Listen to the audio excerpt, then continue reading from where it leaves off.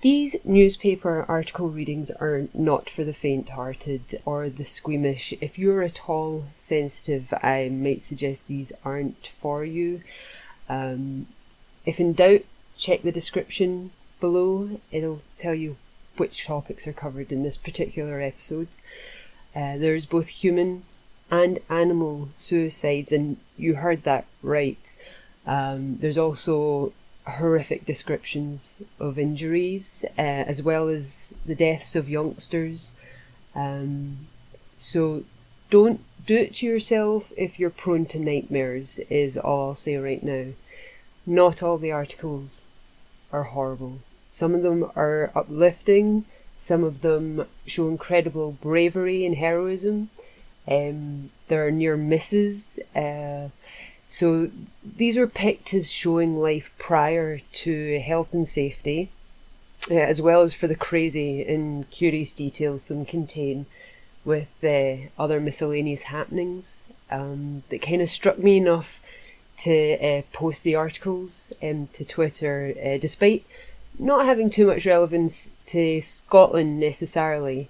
These are worldwide topics, and they didn't have any real connection to the projects I was working on and researching at the time. I just happened to have come across them by the way, kind of thing. So we'll get into them, shall we? What we're going to do here is we're going to do a lucky dip of newspaper articles to really mix them up a wee bit, because while I'm doing the researches, I'm obviously coming up with the same kind of terms and things. So we'll mix them up even further. So to that end, I have all of the newspaper titles and dates of the articles. Okay, so for today, we'll start with the Dundee Evening Post for the 14th of October 1904. We'll see what we've got here. Okay, so this gives us something that might have been quite rare at the time. We have an interesting Perthshire group, a photo of 4 generations. The above is an interesting photo. The persons shown are Mrs. Stevens, Dalriach, Mr. James Stevens, blacksmith, Bannockburn, her son, Mr. Peter Stevens, proprietor, Crown Hotel Stirling, her grandson, and Jessie Stevens, her great-granddaughter. Thus 4 generations are here shown. Mrs. Stevens, an interesting old lady, was born in the parish of Gask at the bridge of Dalriach near the Erne in the year 1820, her age now being 84. Despite her advanced years, Mrs. Stevens is still quite hale and hearty, and is yet capable of carrying out her daily domestic duties. Mr. Peter Stevens carried on a successful business at the broom-smithy Dalriach. The photo, of which we give a reproduction, is one by Mr. J. Chalmers Leslie, National Bank Buildings, Perth. And that's from the Dundee Evening Post for the 14th of October, 1904. And I think I just quite liked that article. Shall we do the next one?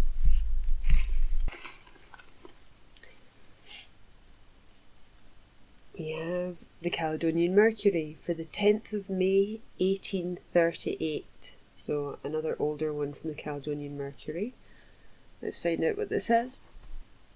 Okay, so this gives us an article about a man rebuffed by a woman he was interested in. Dreadful attempt to commit murder. Considerable sensation was occasioned in Gallowgate on Monday morning by a most determined attempt to commit murder. The accused is a young man employed as a carrier's porter. It appears that he had been paying his addresses to a young girl residing in the neighbourhood of his place of business, and finding that his suit was rejected, he had expressed himself as determined to take her life, and had actually purchased a new knife, such as might be used by a butcher for the purpose.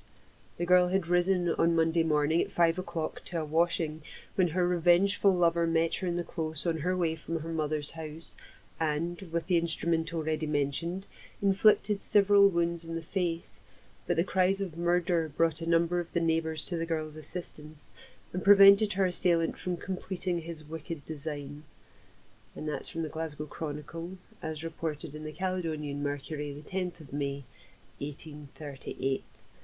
And that article just put me in mind of these contemporary incel characters, these men that feel themselves involuntarily celibate, and so they rage at women in general because women can't find themselves attracted to these specimens of sparkling personality. It doesn't matter what they look like. They feel like they're entitled in some way to a relationship with no effort on their part. So they get very angry and end up doing things like this when they're rejected once too often, I guess. Shall we see what the next one has?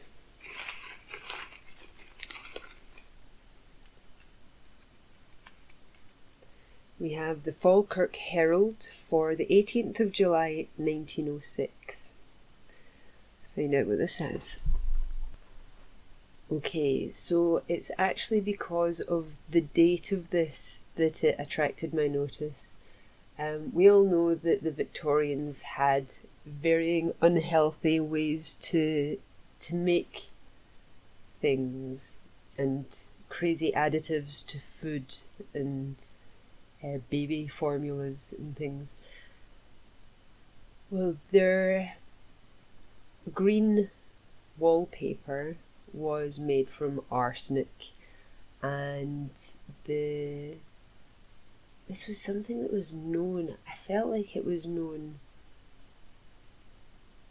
from fairly early on. At least I thought that it was common knowledge from, I don't know, like at least the last quarter of the 19th century, that people would just know that green was made with arsenic, and, you know, wallpaper could be poisonous to you.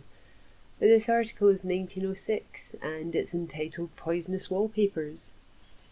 Almost all green wallpaper is said to be poisonous, as arsenic is used to produce that colour. Some red papers have also a certain amount of arsenic. According to the family doctor, it is wise to ascertain before paper is put on the wall whether it contains a poisonous ingredient. This can be done in the following manner. Soak a piece of the paper in a concentrated solution of sodium nitrate and equal parts of water and alcohol. That is, add the sodium until the liquid dissolves no more of it. Burn the paper in a saucer. It smoulders rather than flames. Pour water over the ashes, boil, and filter. The filtrate is acidified with dilute sulfuric acid, and permanganate of potash is added slowly, as long as the red colour disappears or changes to yellow-brown upon warming, and finally a slight excess of chameleon solution is present. If the liquid become turbid, it is to be filtered. After cooling, more dilute sulfuric acid is added, and also a piece of pure, clean zinc, and the flask closed with a cork split in two places. In one split of the cork, a piece of paper moistened in silver nitrate is fastened. In the other, a strip of parchment paper dipped in sugar of lead. If arsenic is present, the silver soon blackens. The lead paper is merely a check on presence of sulfuric acid. And that's from the Falkirk Herald, 18th of July, 1906. And that's quite the science experiment. I don't know how easy half of those ingredients would be to just obtain now. It just seems strange that they've put this forward as something your average housewife or husband could just do at home in the kitchen. That seems strange to me, along with the fact that it's quite late on in the game and they're still being told that their paper is poisonous. So, yeah, I really thought that was fully general knowledge by this point. There we go. I feel like we have time for a fourth.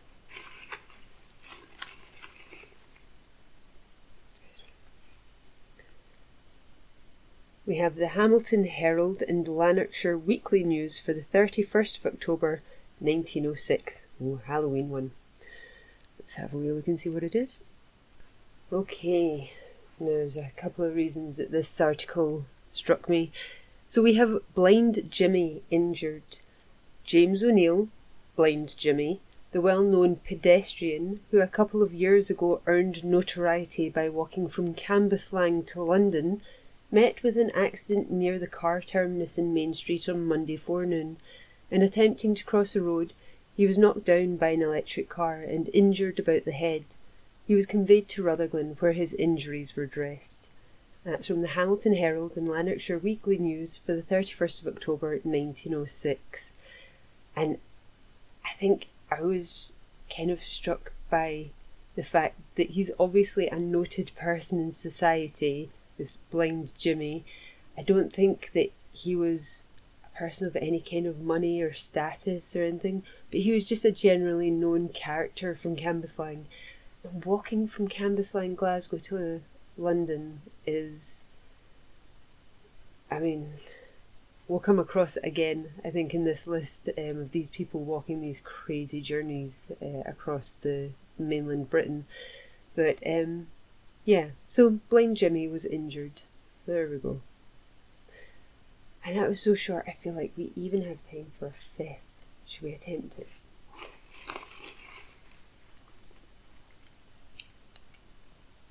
We have the Dundee Evening Telegraph for the 14th of May 1906. What's from 1906? In deciding to go on to do a fifth one, I haven't made it so that we leave on a particularly positive note, I'm afraid. We have Draper's horrible death. A Durham draper met his death on the North Eastern Railway on Saturday night in a tragic manner. When the midnight train from the south arrived at Gateshead, the driver's attention was drawn to the body of a man hanging from the coupling of his engine. The body was afterwards identified as that of Percival Nichols of 3 Princes Street, Durham. Both legs were missing, and the head was hanging partly severed from the body. It appeared that Nichols had been walking on the railway when the train came up behind him, and he had been hooked up by the coupling. The line was patrolled, and the right foot was found north of Birtley Station, and the left foot a little further off. The boots were missing. About 100 yards from Euston Station, the left boot was found, and the right boot some 50 yards further away. There was considerable disarrangement of the permanent way about 30 yards south, from which it is surmised that it was there the accident occurred. Nichols left home about 7:30 in the morning and had not been seen all day. And that's from the Dundee Evening Telegraph for the 14th of May 1906. And that's horrible. I can imagine being in the station as the train comes in, with a person literally attached to it, hooked up to it. That's particularly horrible.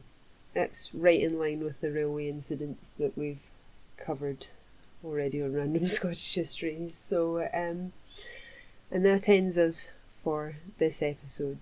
I may see you for the next one.